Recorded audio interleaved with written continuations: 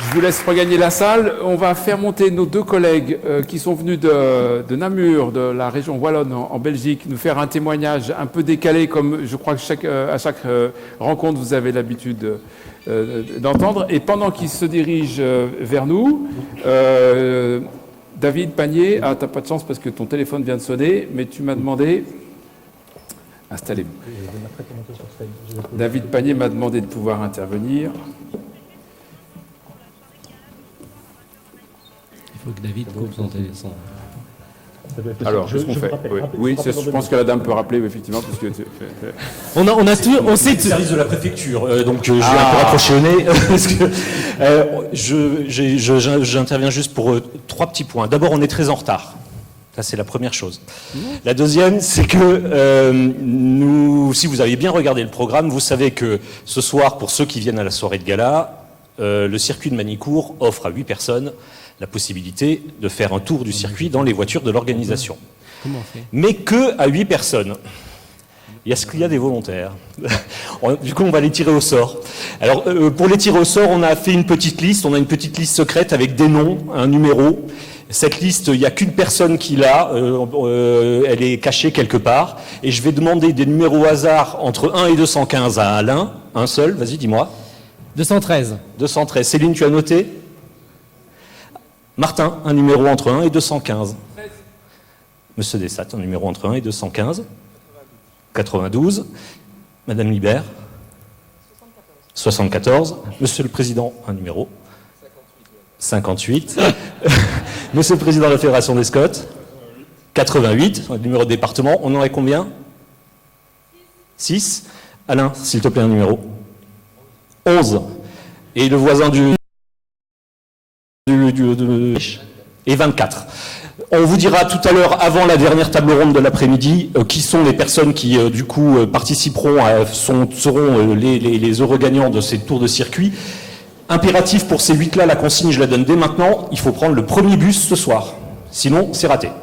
Il faut être à 8 heures impératif au circuit. Dernier point, juste après les interventions de M. Dessat et Mme Libert, on vous propose de faire une photo de groupe à l'extérieur, juste avant d'aller déjeuner. Et donc l'idée, c'est de vous envoyer sur la gauche, à gauche en sortant de la salle, sur les escaliers qui donnent sur la Loire. Le photographe de l'agglomération prendra une photo de groupe qu'on vous fera parvenir par d'autres moyens. Après la manifestation, on la mettra aussi sur le site internet. Et ensuite, on ira déjeuner. Merci David. Excuse-nous, effectivement, on a un bon 20 minutes de retard qu'on n'a pas rattrapé.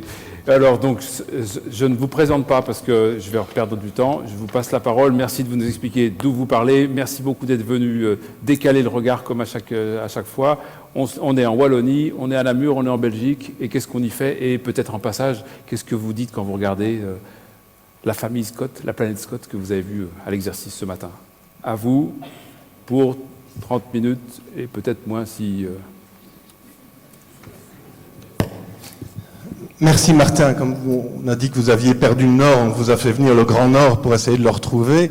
On va essayer de vous faire partager ce qu'on fait de notre côté. Donc, je suis Philippe Destade, directeur de l'Institut d'Estrée, un centre de recherche, un think tank en prospective à Namur en Wallonie, et j'enseigne dans diverses universités la prospective notamment. Et moi, j'aurais envie de vous dire des tas de choses parce que l'intelligence de ce qui a été dit, du travail qui a été fait ce matin, appelle vraiment à beaucoup de réactions. Et je vais rien en faire. Je vais rebondir, je vais écrire un papier là-dessus et je vous l'enverrai. Vous pouvez le faire circuler. Mais parce que Martin a une idée vraiment géniale quand même à inviter, il a dit tu peux venir avec une collègue, avec un membre de ton équipe qui pourrait parler avec toi. Et puis, je me suis dit, mais un membre de mon équipe, oui, mais l'équipe avec laquelle on a fait, parmi toute une série de travaux territoriaux, celui qui nous semble le plus abouti, mais c'est le commanditaire. C'est l'équipe de l'intercommunalité d'une zone qui se trouve entre Valenciennes et Bruxelles, pour faire court, qui est une zone en reconversion économique, 25 communes à la belge, c'est-à-dire 500 000 habitants, et le partenariat, le travail d'équipe qu'on a fait avec eux pendant 8 ans, eh bien, c'est lui qui a permis de faire un vrai travail de prospective. De travail de prospective tel que la concevons, après avoir regardé ce qui se faisait ailleurs en Europe, en France et dans le monde.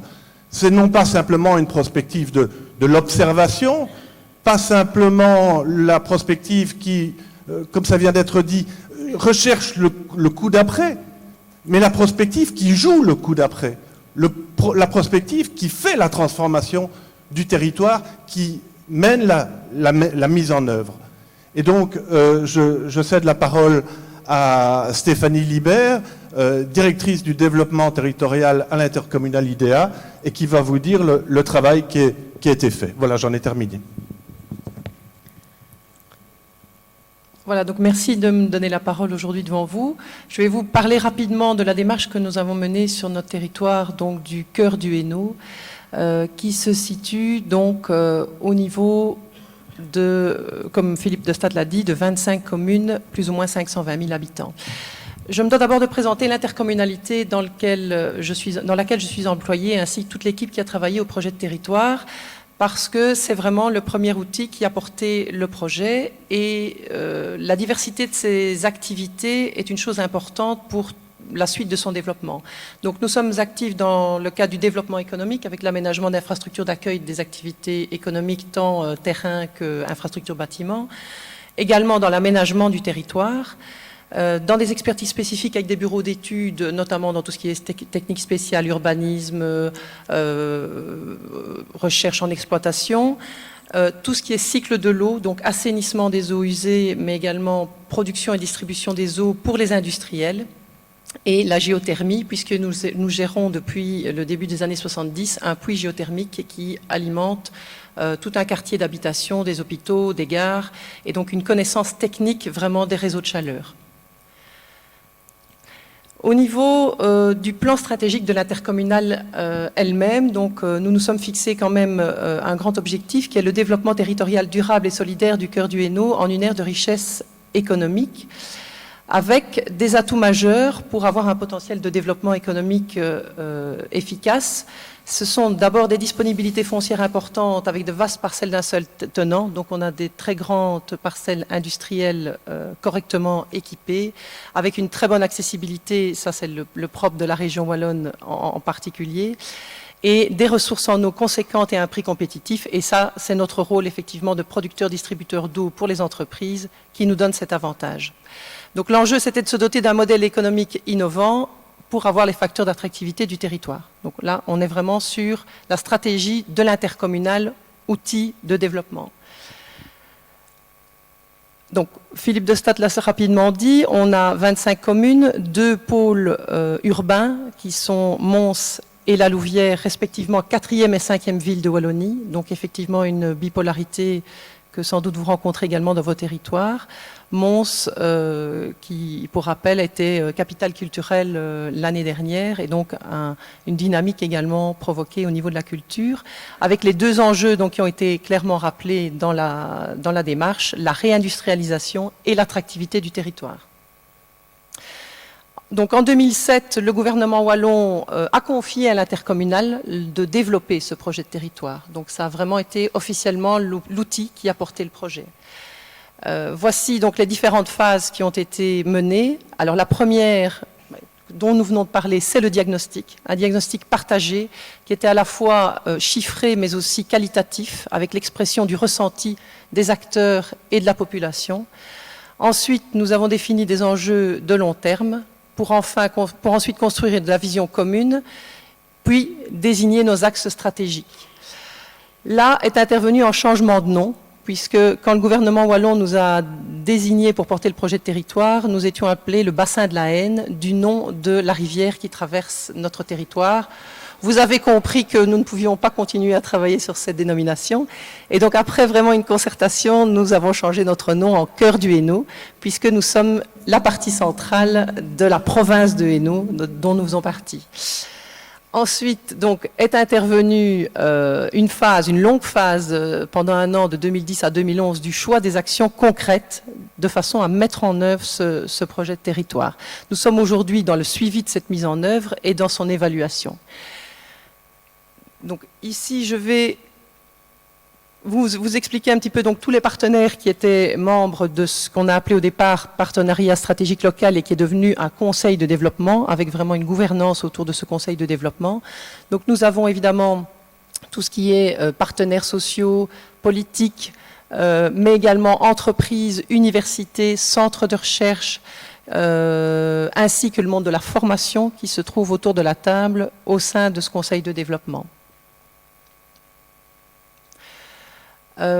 Donc, si je repars rapidement du diagnostic et des grands constats qui ont été faits, par exemple, des indicateurs sanitaires défavorables, notamment au niveau obésité, maladie cardiovasculaire, au niveau de la mobilité, d'un effet d'engorgement et des effets d'isolement de certaines parties du territoire, au niveau du niveau de formation, un niveau de formation moyen très insuffisant.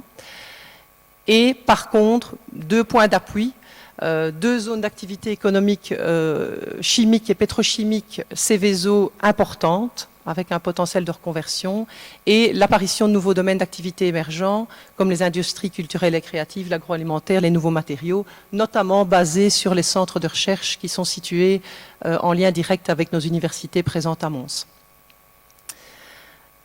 Alors, nous avons également dressé un constat de notre territoire avec les différentes sous-territorialités qu'il contenait, avec au nord donc un espace rural ainsi qu'au sud assez isolé du bassin économique central urbain qui correspond à l'ancien sillon industriel.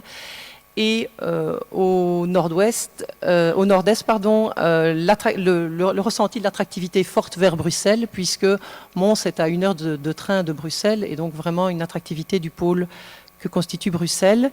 Et évidemment, toute l'influence de la zone transfrontalière, qui est toute la zone bleue au sud de notre territoire, puisque une grande partie de nos communes sont frontalières avec le territoire français, avec comme principale métropole en face de chez nous, Maubeuge et Valenciennes. Donc, une région fragmentée du point de vue socio-économique, une image négative, des discours négativistes, des mentalités localistes, un passé industriel lourd, avec un passé minier également, donc des friches qui, au niveau de l'image, doivent absolument être reconverties. Donc, sur base de cette vision commune, nous avons défini 7 axes de travail que je ne vais pas vous détailler, mais en 2 axes stratégiques forts, favoriser l'activité économique et l'attractivité du territoire, puisque, bien sûr, attirer des entreprises est quelque chose d'intéressant, mais il est question aussi que les travailleurs qui sont employés dans cette entreprise aient envie d'habiter notre territoire et viennent l'enrichir également. Donc, en 2012, le plan d'action, dont sont sorties 130 actions, dont nous avons pointé 15 actions phares, pour vraiment se concentrer sur des actions avec une image et une portée positive.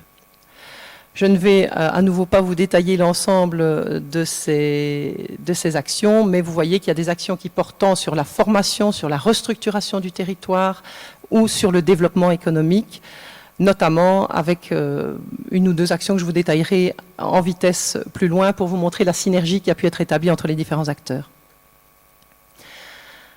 Alors, est arrivé ensuite le programme FEDER 2014-2020, puisque nous sommes région en transition pour l'Europe, avec son programme opérationnel qui s'est décliné en 3 axes stratégiques, économie, innovation et intelligence territoriale, et avec des critères qui étaient clairs et qui étaient la transversalité des projets, le partenariat, l'inclusivité et l'agglomération. Donc, tout ce travail de prospective que nous avions entamé en 2007 nous a servi à construire et à préparer l'appel à projets européen qui est intervenu, disons, les premières tendances sont intervenues dès 2013. Donc il faut savoir que pour le total de l'Europe, on parlait quand même de 245 milliards d'euros, dont 32 millions pour les régions en transition dont fait partie la Wallonie. Donc, quelle a été notre démarche? Ça a été de reprendre donc, le plan stratégique de l'intercommunal en tant qu'outil de développement, la prospective menée par le Cœur du Hainaut et les axes déterminés par le programme FEDER. Donc, au niveau des résultats de la prospective, une mise en parallèle a été également effectuée avec les autres programmes européens que constituent les programmes Interreg, POLEC, H2020 ou encore Smart Cities, avec toujours 2 grandes thématiques transversales à l'ensemble de nos travaux, l'économie circulaire et la Smart Community.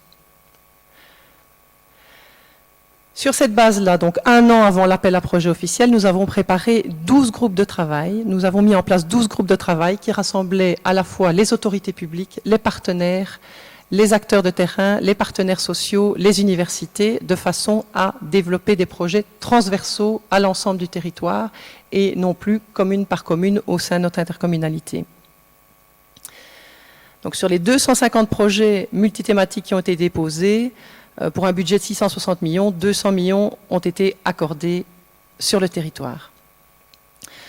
Alors, je vais me permettre ici d'en pointer quelques-uns pour vous montrer la dynamique qui a été mise en place et l'association des différents partenaires. Le premier est celui de l'écozoning d'excellence, avec donc un véritable projet d'écologie industrielle. Donc, je vous ai présenté ici rapidement les différentes zones industrielles qui sont réparties sur notre territoire, avec 2 pôles majeurs qui sont nos pôles chimiques de Tertre et Feluy, et avec un focus que nous avons fait sur un pôle chimique historique qui date des années 60 et sur lequel nous avons développé une réelle démarche d'écologie industrielle. Elle reprend 8 entreprises Céveso. Elle est desservie par le rail, la route et la voie d'eau, et elle dispose surtout encore de terrains accessibles pour de nouvelles implantations d'entreprises. Donc, on est vraiment parti d'un diagnostic in-out, donc tout ce qui était possible de faire comme échange de matière, énergie, mais aussi en termes de mobilité, d'assainissement des eaux et d'intégration paysagère de la zone, avec vraiment donc, une analyse technique de chacun des flux entrants et sortants de chacune des entreprises, bien sûr dans des principes de confidentialité, pour voir tout ce qui pouvait être mutualisé. Ensuite de ça, on l'a croisé avec des études transversales que nous avions déjà menées dans le cadre de la prospective sur l'ensemble du territoire, comme un schéma d'accessibilité et de mobilité globale sur l'ensemble du territoire, ou bien sûr tout ce qui était distribution, réseau de distribution de chaleur, sur lesquels nous travaillons depuis plusieurs années. Donc, suite à cette analyse, nous avons vraiment identifié donc, des thématiques sur lesquelles des synergies étaient possibles. Donc, matière et énergie, nous avons donc déposé un projet d'unité de gestion de vapeur et de CO2. En eau, la mise en place d'un assainissement mutualisé, et en mobilité, nous avons travaillé bien sûr sur le transport des marchandises avec la mise en place d'un opérateur ferroviaire de proximité dont l'objectif est de mutualiser les flux de façon à favoriser le report modal. Donc on s'est rendu compte que la plupart des transports se faisaient par camion et que la masse critique de chacune des entreprises n'était pas suffisante pour envisager l'affrètement d'un train ou la mise en place d'une barge. Et donc la mutualisation et les services connexes, à savoir le nettoyage des citernes, entretien des voies qui pouvaient y être liés, étaient vraiment un facteur pour favoriser le report modal, avec comme double objectif, bien sûr, de servir les entreprises, mais aussi de désengorger notre territoire et d'améliorer la mobilité sur les routes. Nous avons également mené une réflexion sur le transport de personnes et l'intégration globale de la zone d'activité économique. Donc, au niveau de la construction de la centrale vapeur, le but était donc de soulager les entreprises qui sont pour la plupart exothermiques en rejet donc, de chaleur perdue, plus rejet en CO2, bien sûr perdu, mais en plus taxé, et de les valoriser dans des projets concrets. Nous avons donc fait une étude de marché sur le potentiel de valorisation dans des serres horticoles, de façon à ce qu'on puisse y valoriser la chaleur résiduelle des entreprises et le CO2 pur qui est produit, de façon à favoriser la culture. Donc, nous avons mené une étude de marché à ce moment-là que nous avons ramenée à l'ensemble du territoire du cœur du Hainaut, puisque par la géothermie, nous avons aussi une valorisation de chaleur résiduelle qui peut être effectuée sur d'autres parties du territoire. Donc, par exemple, suite à cette étude, nous avons identifié des secteurs tels que les légumes, fruits ou encore les azalées qui étaient porteurs et encore à développer sur le territoire wallon. Donc, on est vraiment sur des terrains différents avec des spécificités techniques différentes qui ont activé donc, les métiers de l'intercommunal, mais avec la possibilité de créer des nouvelles activités, porteuse d'un emploi qui correspond au profil de notre territoire, puisque des emplois faiblement qualifiés pour l'entretien horticole, et bien sûr, d'où le besoin de mettre en place des formations adéquates. Donc c'est là que nous avons fait le lien également avec le milieu de la formation. Au niveau de la station d'épuration mutualisée, vous aurez compris que l'enjeu est aussi d'externaliser l'assainissement par rapport à des entreprises et donc de renforcer et de massifier pour faire des économies d'échelle. La mise en place de l'opérateur ferroviaire de proximité que j'ai déjà évoqué tout à l'heure. Alors, cette réflexion nous a mené, donc l'opérateur ferroviaire de proximité, à une réflexion bien au-delà de nos frontières, de notre territoire, puisque bien sûr on s'est tourné vers la France et vers les territoires voisins pour voir comment massifier au mieux, de façon à ce que l'opérateur fonctionne. Donc ça a été vrai pour le ferré, mais ça a été vrai aussi pour le fluvial, puisque l'objectif est de faire le lien avec 2 plateformes trimodales que nous avons sur notre territoire, et qui pourrait donc favoriser le report modal sur la voie d'eau, avec bien sûr le projet majeur par rapport à la France pour la Wallonie, qui est le Seine-Nord, où clairement la connexion du bassin industriel wallon vers la France et bien sûr vers le nord, ensuite vers l'Europe avec le lien avec le bassin parisien est fondamentale pour notre territoire. Voilà. Au niveau des projets, donc ça c'est tout ce qui est intégration de la zone d'activité économique, je ne vais pas m'attarder sur ce sujet.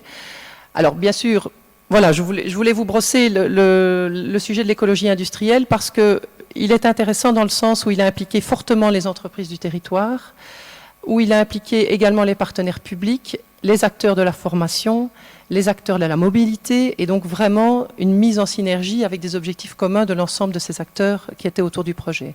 Alors, nous avons également développé des projets plus destinés au développement économique, avec la mise en place de Living Lab destinés en particulier aux industries culturelles et créatives, et donc là aussi, Living Lab, cette idée de rassembler citoyens, universités, porteurs de projets, pour mettre en place grandeur nature des choses qui émergent de recherche, des produits, des services, des usages nouveaux. Donc ça va très loin dans l'innovation. On n'est pas dans l'innovation technologique, mais vraiment dans l'innovation au sens très général du terme.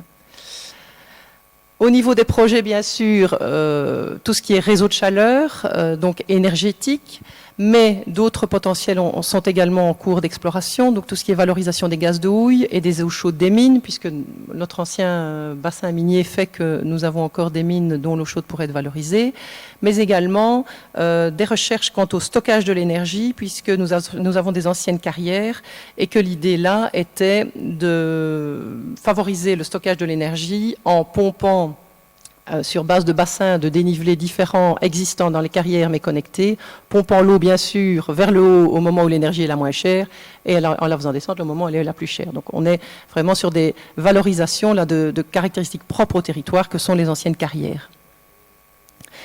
Alors ensuite, nous avons des projets de gouvernance avec des projets type Open Art, donc tout ce qui est Smart Community, Smart Cities, mais bien sûr au service de la population, mais aussi comme aide à la décision stratégique des acteurs publics. Nous avons fait un gros travail aussi sur l'assainissement des friches industrielles, vous en avez un exemple ici, alors bien sûr en lien avec la rénovation et la revitalisation des projets de ville pour lesquels l'intercommunal est également auteur de projets pour la région wallonne. Et un projet là plus social et plus de santé publique. Nous avons travaillé là avec d'autres services de la province, donc qui est à un autre niveau de pouvoir, sur des projets de manger mieux, avec tout un projet de cohésion sociale, notamment dans le cadre de jardins potagers partagés et de réapprendre à cuisiner, voilà, avec aussi l'animation de quartiers autour de ces jardins potagers, du réapprendre à manger et à cuisiner mieux. Voilà, donc j'ai brossé rapidement, je vais passer celui-ci, donc les projets. Le dernier est un projet de mobilité dont je voulais rapidement parler également parce qu'il a rassemblé l'ensemble des acteurs autour du territoire, puisque nous avons fait le constat d'un tronçon qui était vraiment très problématique, tant en termes de mobilité qui traversait toute une partie du territoire qu'en termes d'aménagement du territoire, puisque le bâti était très dégradé et se dépeuplait complètement autour de cet axe. Et donc là, nous avons désigné un consortium qui a travaillé tant sur la mobilité que sur l'aménagement du territoire des poches directement connectées à cet axe, en mettant autour de la table tous les acteurs de mobilité présents, tant au niveau wallon qu'au niveau énuyer, qu'au niveau local.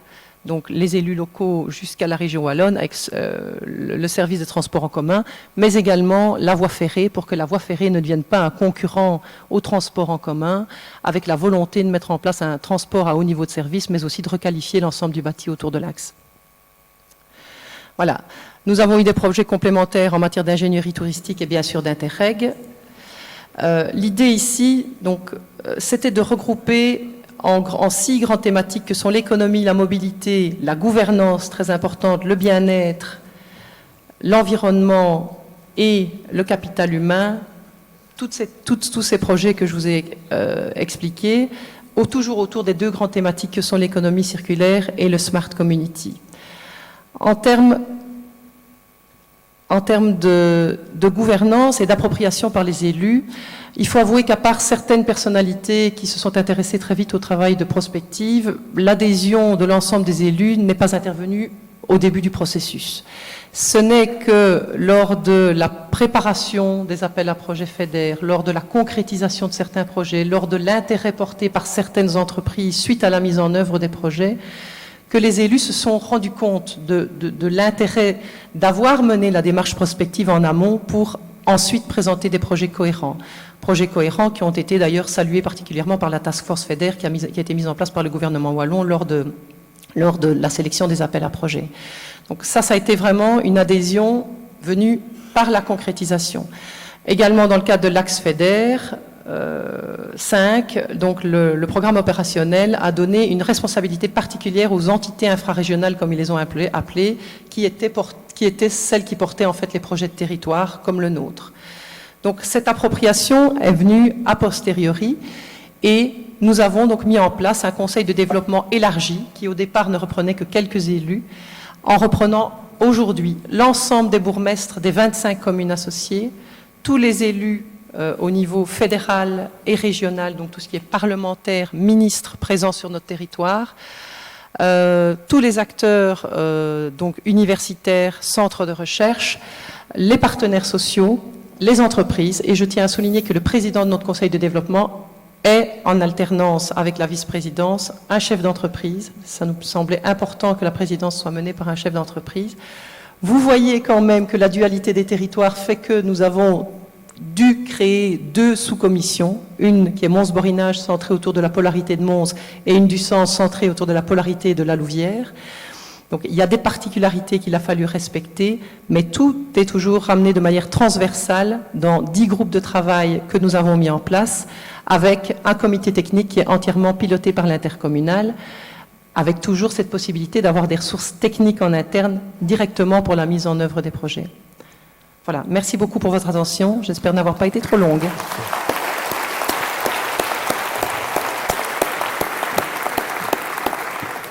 Ça a été parfait, madame, merci beaucoup. On va juste redonner la parole 2 minutes à Philippe parce que chacun mesure les écarts. Et je posais la question pendant que vous finissiez, madame, à Philippe, mais alors, y a-t-il une mission réglementaire dans tout ça? Êtes-vous en portage d'un document qui aurait quelque chose à voir avec ce qui est votre quotidien? Et la réponse? Il existe au niveau régional une forme de strate, mais au niveau supracommunal, il n'existe aucun cadre réglementaire. C'est-à-dire qu'il y a une inspiration de ce qui se fait de l'autre côté de la frontière. On a parlé de conseil de développement, mais il est auto-organisé. C'est-à-dire qu'on passe ici, à partir de moyens financiers que des élus ont donnés pour faire plaisir, pour faire quelque chose, à l'organisation par une agence qui se transforme en agence de développement territorial et qui arrive à fédérer autour d'elle toutes les forces qui ont été évoquées, à mettre des chefs d'entreprise en première ligne pour travailler effectivement sur la transformation du territoire avec un vrai impact de transformation du territoire. Donc on est sur un changement de paradigme. D'un côté, on regarde avec envie les Scots en se disant « bon sang, ça les oblige quand même à avancer ».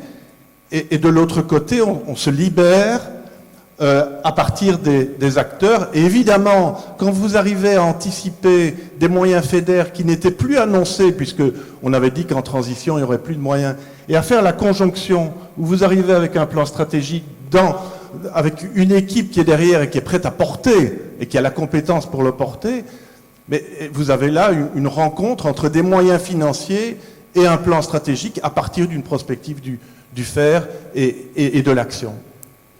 Eh ben, je pense qu'on va en reparler en fin d'après-midi sur l'âge 2, le renouveau des Scots, parce que voilà une perspective qui... Bien sûr, vous êtes une interco, donc il faut comparer ça non seulement avec les Scots, mais avec nos structures intercommunales compétentes. Mais enfin, c'est une autre façon de travailler à la cohérence du territoire et à son développement. Merci beaucoup. Ainsi s'achève cette matinée. On a un peu de retard, c'est vrai, mais d'ailleurs, du coup, il faut se précipiter faire la photo. Il faut rester compact et solidaire de cette nécessité de vous retrouver tous. 50 mètres à gauche, m'a-t-on dit. Enfin bon, il doit y avoir David en haut qui va vous orienter. Vite, vite, vite pour la photo. Et on reprend, comme le programme l'indique, à 14h30 pétante. Merci. Bon appétit.